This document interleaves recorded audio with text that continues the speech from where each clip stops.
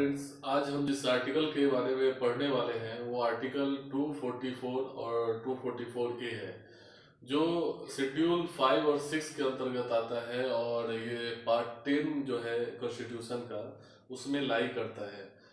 ये शेड्यूल 5 और शेड्यूल 6 जो है बेसिकली दोनों ट्राइबल और शेड्यूल एरिया के बारे में बात करता है।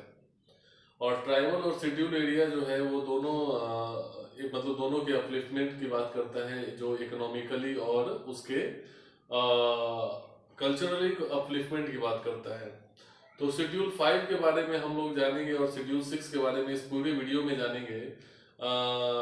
इसके बारे में हम लोग पूरी विस्तार में पढ़ेंगे और आप सभी से रिक्वेस्ट है कि इस वीडियो को अंत तक देखिए और मेरे चैनल को लाइक, शेयर और सब्सक्राइब कीजिए ताकि मैं इसी तरह की वीडियो आप तक पहुंचाता रहूं और आप जो आपकी अपकमिंग एग्जामिनेशन जैसे बीपीएससी 67th बीपीएससी आने वाली है और यूपीएससी जैसे एग्जामों में, स्टेट पीसीएस जैसे एग्जामों में आपको हेल्प करेगी। तो my name is Amit Kumar and today we are going to discuss about schedule 5 and schedule 6 which comes under part 10 of the Indian Constitution. So let's start the video with the article 244 और 244A। तो हम लोग जानते हैं कि article 244A और 244 जो article है वो दोनों जो है वो इंडियन शेड्यूल 5 और शेड्यूल 6 दोनों जो है वो ट्राइबल और शेड्यूल एरिया के बारे में बात करता है और दोनों आर्टिकल 244 और 244A के बारे में बात करता है। तो दोनों में बेसिक डिफरेंस क्या है? दोनों में बेसिक डिफरेंस ये है कि शेड्यूल 5 जो है वो मेनली 10 राज्यों के बारे में बात करता है, जबकि शेड्यूल 6 जो है वो 4 नॉर्थ ईस्टर्न स्टेट के बारे में बात करता है। 4 नॉर्थ ईस्टर्न स्टेट कौन से हैं? तो हम उसको ट्रिक से याद रखते हैं, AMTM क्या है? तो आसाम, त्रिपुरा, मेघालय और मिजोरम, ये चार स्टेट है, इसको ट्राइबल एरिया डिक्लेयर किया जाता है। और जबकि ये 10 स्टेट जो है 10 स्टेट जो शेड्यूल 5 में आ रहा है वो कौन से 10 स्टेट है? तो उड़ीसा है, महाराष्ट्र है, तेलंगाना है और उसके बाद झारखंड है, छत्तीसगढ़ है।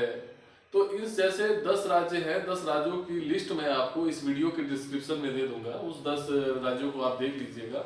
वो इम्पोर्टेंट नहीं है, मेन इम्पोर्टेंट इसके जो फॉर्मेशन है वो कैसे बनाया जाता है, इसका गवर्निंग कैसे किया जाता है, इसमें कौन किसका रोल जो है क्रूशियल होता है, इन सबों के बारे में हम लोग आगे विस्तार में पढ़ेंगे। तो अभी मेनली है जो मैंने आपको बताया कि ये एक 4 स्टेट के बारे में बात कर रहा है, नॉर्थ ईस्टर्न स्टेट के बारे में बात कर रहा है और दूसरा जो है वो 10 स्टेट के बारे में बात कर रहा है। आर्टिकल 244 और 244A में बेसिक डिफरेंस क्या है?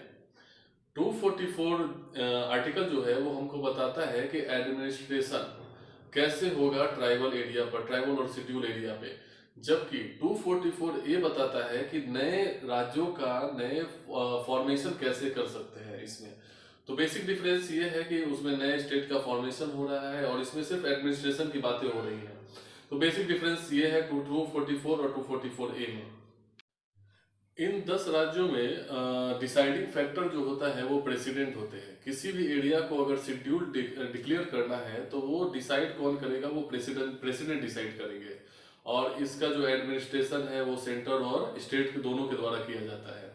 दोनों जो है वो अपने हिसाब से रूल बनाती है, रेगुलेशन बनाती है, उस हिसाब से कैसे उस एरिया का वेलफेयर हो, कैसे वो एरिया डेवलप करे, उसका कल्चरल हेरिटेज बचा रहे, इन सबों का जो है जिम्मा होता है वो स्टेट और सेंटर दोनों का होता है। लेकिन इसमें क्या है कि गवर्नर जो है वो हर साल रिपोर्ट सेंटर को भेजती है और सेंटर उसके बाद जो है वो स्टेट को गाइडलाइन देती है कि आपको इस हिसाब से काम करना है। क्योंकि वो रिपोर्ट बना होता है, रिपोर्ट बताता है कि कैसा शेड्यूल एरिया होना चाहिए, यहाँ पर ये खामियां हैं, यहाँ पर ये चीजें होनी चाहिए। उस हिसाब से वो रिपोर्ट के हिसाब से वो स्टेट को गाइडलाइन देती है सेंटर कि नहीं आपको इस हिसाब से काम करना है। उसके बाद क्या होता है, इसमें जो है स्टेट गवर्नर जो है वो किसी भी तरह का अमेंडमेंट कर सकते हैं, लेकिन उसके लिए उनको प्रेसिडेंट का एसेंट लेना जरूरी है। मतलब उनकी जब तक रजामंदी होगी नहीं तब तक किसी तरह की चेंजेस जो है वो इस शेड्यूल एरिया में संभव नहीं है। और दूसरी बात, इसमें जो है वो 10 मेंबर होते हैं। 10 मेंबर जो है वो 10 मेंबर में से 3 मेंबर जो होंगे वो शेड्यूल्ड रिप्रेजेंटेटिव होंगे, शेड्यूल एरिया के रिप्रेजेंटेटिव होंगे, बाकी जो है वो इलेक्ट होके आएंगे। तो ये जो शेड्यूल एरिया है, जो 10 राज्यों के बारे में हमने पढ़ा, उसमें इस तरह से काम होता है। अब आगे हम लोग बात करते हैं कि कैसे जो है वो 4 राज्य जो हमने बताया था आपको, एएम पीएम का कॉन्सेप्ट बताया था, असम, त्रिपुरा, मेघालय और मिजोरम, इन चारों राज्यों में कैसे एडमिनिस्ट्रेशन किया जाता है, कैसे इसमें गवर्नर का क्या रोल है, सेंटर का क्या रोल है, इसमें कौन सी जैसे इसमें बनाया गया था काउंसिल बनाया गया, उसी में उस तरह एक ऑटोनोमस काउंसिल, ऑटोनोमस डिस्ट्रिक्ट बनाया जाता है जिसमें 30 सदस्य होते हैं। तो उन सब के बारे में हम थोड़ा और डिस्कस करेंगे और विस्तार से जानेंगे।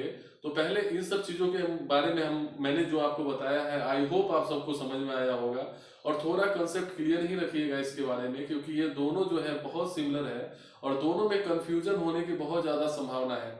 तो मैं आपको एक बार और रिपीट करा देता हूँ। आर्टिकल जो है 244 और 244A, 244 में सिर्फ एडमिनिस्ट्रेशन की बात की जाती है, जबकि 244A में नए डिस्ट्रिक्ट का, नए राज्य का कैसे फॉर्मेशन होगा उसकी बात की जाती है।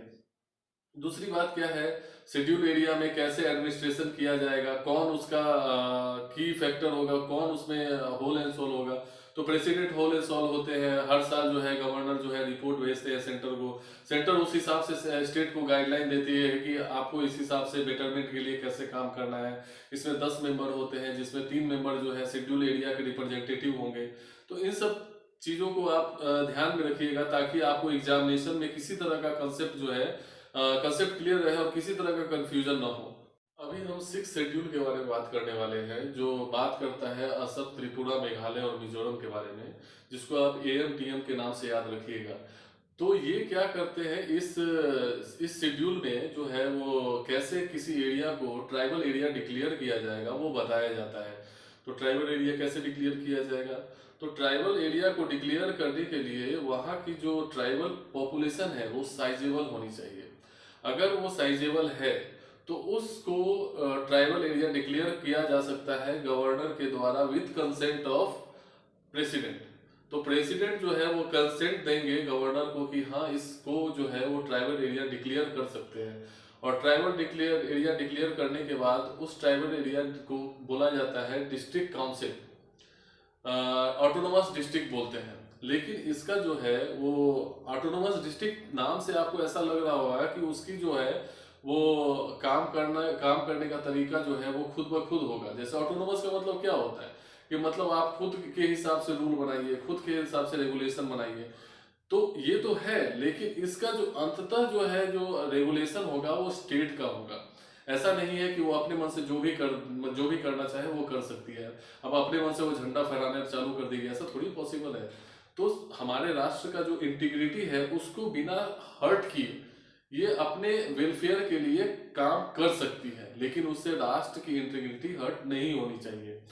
तो इसमें जो है ऑटोनोमस डिस्ट्रिक्ट बनता है। ऑटोनोमस डिस्ट्रिक्ट को भी अगर एरिया जो है वो ट्राइबल एरिया, और मतलब अगर ट्राइबल जो है वो एक ट्राइब जो है वो अलग है दूसरे ट्राइब से एक ही डिस्ट्रिक्ट में, तो उसको रीजनल डिस्ट्रिक्ट में डिवाइड कर दिया जाता है। और रीजनल डिस्ट्रिक्ट में डिवाइड कौन करता है, वो भी गवर्नर ही करते हैं।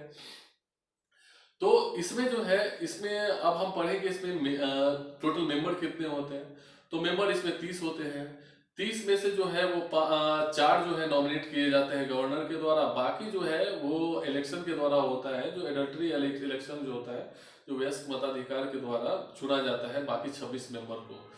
तो हमने देखा कि 5th और 6th शेड्यूल में क्या डिफरेंस था, कैसे इस दोनों में कैसे काम किया जाता है, कैसे बेसिक डिफरेंस क्या है, ये कौन से राज्यों के बारे में बात कर रहा है। वो जैसे वो 10 राज्यों के बारे में बात कर रहा था, यहाँ सिर्फ 4 राज्यों के बारे में बात हो रहा है। तो ये नॉर्थ ईस्टर्न स्टेट के बारे में बात हो रहा है, जबकि वो 5th शेड्यूल में इन चारों को छोड़ के बाकी सब जो स्टेट है उसके बारे में बात की जाती है। तो बेसिक डिफरेंस ये है कि 5th शेड्यूल जो है वो 4 स्टेट को छोड़ के बाकी सब जो स्टेट वहां पर शेड्यूल और ट्राइबल एरिया को प्रिजर्व करना है, प्रिवेंट करना है, तो उसके लिए 5th शेड्यूल के बारे में उसमें बात किया गया है। जबकि 6th शेड्यूल सिर्फ 4 स्टेट के बारे में बात कर रहा है। तो वो आपको हमेशा याद रखना है कि वो 4 स्टेट कौन सा है, उसको आप ट्रिक से भी याद रखिए। एएम टीएम जो मैंने आपको बहुत बार बता दिया है, मुझे नहीं लगता है कि इस वीडियो को देखने के बाद आप एएम टीएम भूलिएगा, ठीक है।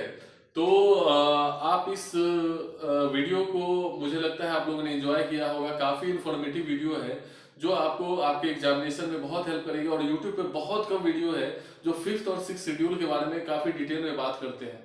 तो मैंने कोशिश की है आपको बहुत साधारण से भाषा में समझाने की। तो अंततः मैं यही बोलूंगा, मेरे वीडियो को लाइक कीजिए, शेयर कीजिए, लाइक कीजिए, शेयर कीजिए और सब्सक्राइब कीजिए, ताकि आपके मित्र, आपके दोस्त जो है वो भी इस वीडियो का फायदा ले सके और वो अपने एग्जाम में अच्छा कर सके। जय हिंद, जय Bharat, thank you very much.